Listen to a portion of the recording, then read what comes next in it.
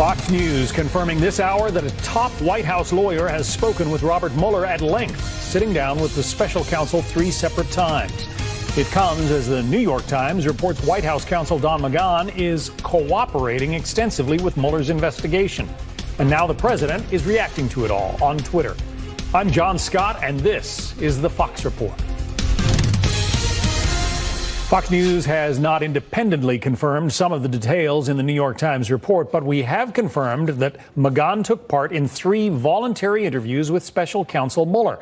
In its reporting, the Times characterizes those meetings, writing in part, quote, Mr. McGahn laid out how Mr. Trump tried to ensure control of the investigation, giving investigators a mix of information both potentially damaging and favorable to the president.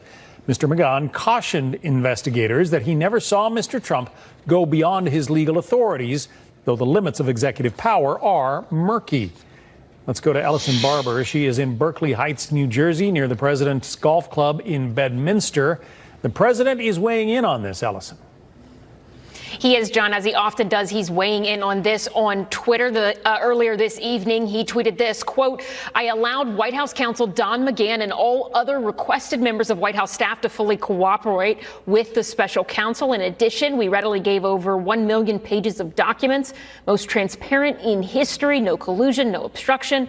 Witch hunt. A source familiar with the investigation confirms to Fox News that McGahn spoke with the Mueller team at length on 3 different occasions. The New York Times is reporting a whole lot of details, including that those interviews added up to more than 30 hours. At least a dozen sources told the New York Times that McGahn is cooperating extensively with the special counsel.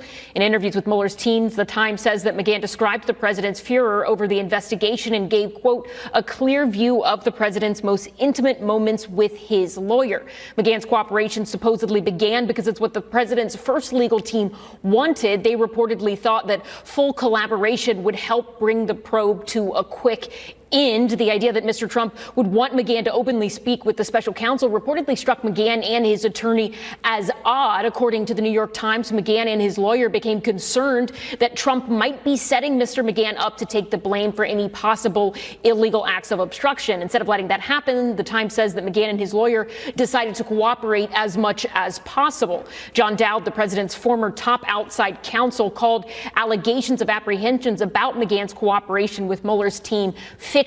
When he spoke with Fox News a little earlier this evening, he also told us that, in his words, Don McGahn was a very strong witness for the president.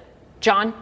And Ellison, the president's former aide, Omarosa Manigault Newman, spent a lot of this week releasing those conversations she secretly recorded with people in the administration.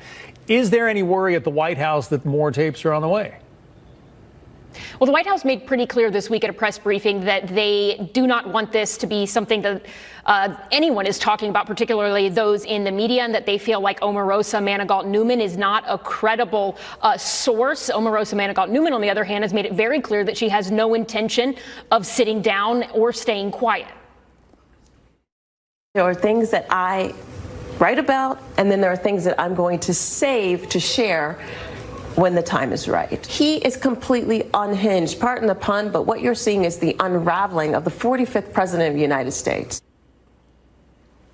According to a new report in the Associated Press, Manigault Newman has more than just audio tapes. The AP, citing a person with direct knowledge, says that she has a stash of videos, emails, text messages, and other documentation supporting the claims in her tell-all book. The Trump campaign filed a formal complaint against Manigault Newman. They say that she violated a 2016 confidentiality agreement. Her publisher, Simon & Schuster, called that a hollow legal threat, and they also said that they would not allow her to be intimidated.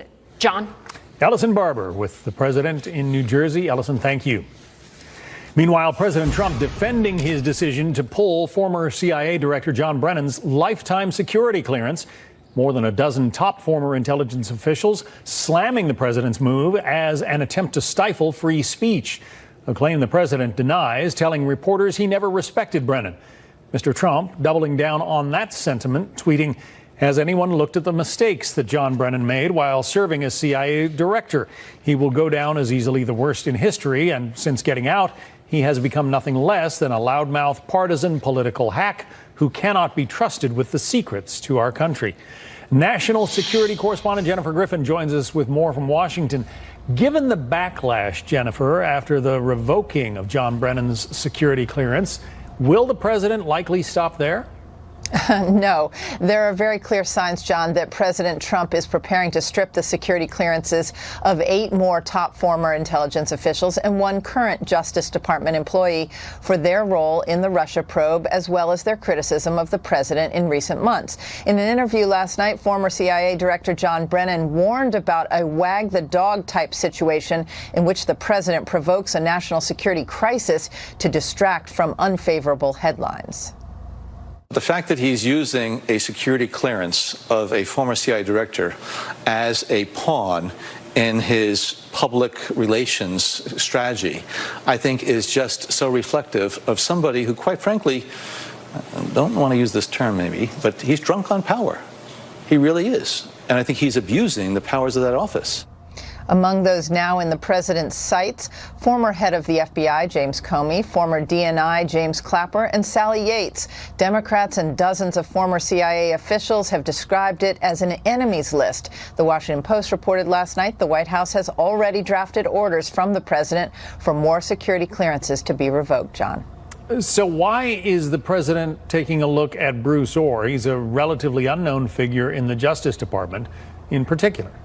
Well, Bruce Orr is a Justice Department prosecutor in the Organized Crime Division. Newly leaked texts show he was in touch with Christopher Steele, the former British spy who compiled an unverified dossier that included allegations that Russia had dirt on President Trump, including a sex tape. Orr's wife, Nellie, worked for Fusion GPS, an opposition research firm hired by the Clinton campaign to investigate any ties Trump had to Russia.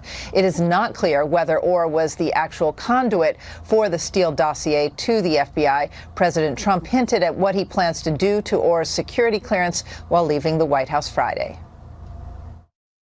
I think Bruce Orr is a disgrace. I suspect I'll be taking it away very quickly. I think that Bruce Orr is a disgrace with his wife, Nellie. For him to be in the Justice Department and to be doing what he did, that is a disgrace. If he removes his security clearance, that would effectively end the career of Bruce Orr at the Justice Department. Orr is slated to testify behind closed doors on Capitol Hill on August 28th, John. Jennifer Griffin. Jennifer, thank you. For more on the fallout over security clearances and the extraordinary revelation that the president's own lawyer is cooperating with the special counsel, let's turn to Sagar Enjeti, White House correspondent for the Daily Caller. So we know that White House counsel Don McGahn has apparently been cooperating with Robert Mueller and meeting with him, giving him information. How strange is that?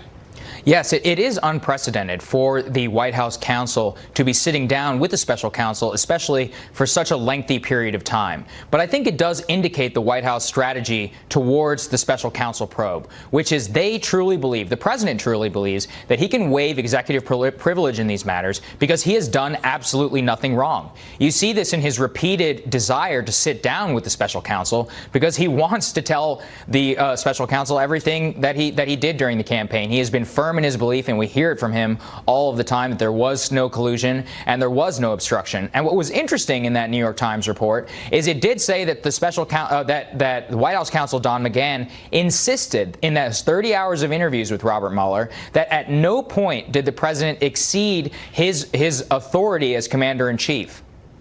It's interesting because the Times says, you know, what will be determinative here is how the president receives the news of McGahn's cooperation. Well, the president is out with that tweet just now in which he says he allowed Don McGahn to meet with the special counsel. According to the president, it's not a big deal.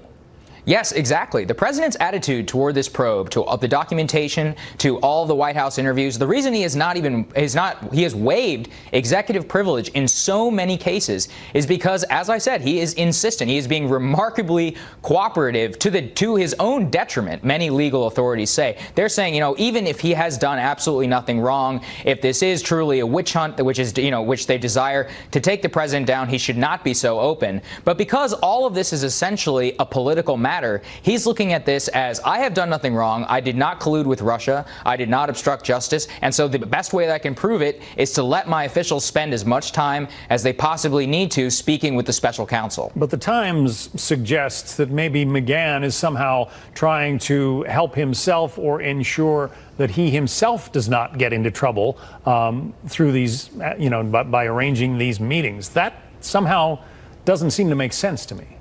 Yes, they perhaps could conflict. I mean, we are not in the room for many of these conversations, and it could also be a dual desire. It could be that the president desires for his special counsel to give as much time to Robert Mueller as possible, and it could also be that Don McGahn wants to give as much time to the special counsel as possible because he doesn't want to end up like John Dean, the Nixon administration official who was prosecuted during the Watergate scandal. So those aren't necessarily mutually exclusive, and it could be that he had told friends that the reason he was talking so much with the special counsel was because of this, but as I said, isn't mutually exclusive to the president's desire to be as open as possible with Robert Mueller.